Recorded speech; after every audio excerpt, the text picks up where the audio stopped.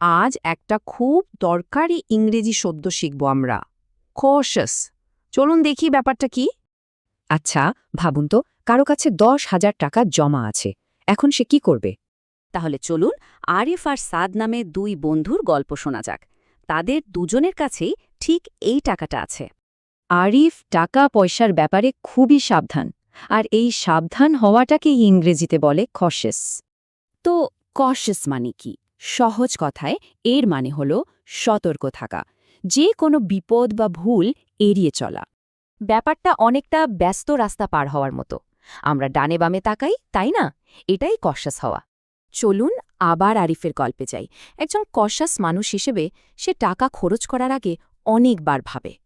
এই বাক্যটার মানে হল একজন সতর্ক বিনিয়োগকারী ঝুঁকি কমাতে তার টাকা এক জায়গায় না রেখে ছড়িয়ে দেন। কিন্তু তার বন্ধু সাদের বুদ্ধিটা আবার অন্যরকম। দেখুন দুজনের ভাবনার মধ্যে কত পার্থক্য। তার মানে সব সময় বেশি কশেস থাকাও কিন্তু ভালো না, এতে অনেক সময় ভালো সুযোগ হাতছাড়া হয়ে যায়।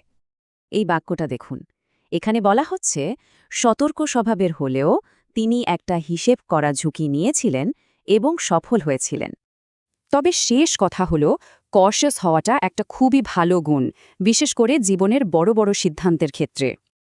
কশাস হতে চাইলে এই ধাপগুলো মনে রাখুন: ঝুঁকি নিয়ে ভাবা, ভুল এড়িয়ে চলা আর সাবধানে সিদ্ধান্ত নেয়া। তাহলে কশেস শব্দটা কিভাবে মনে রাখবেন? এর মানে সতর্ক, আর এর প্রতীক হলো ওই জ্ঞানী প্যাঁচাটা। সবশেষে একটা প্রশ্ন রেখে যাই, জীবনের কোন বড় সিদ্ধান্তের সময় সবচেয়ে বেশি কশেস হওয়া দরকার বলে মনে হয়?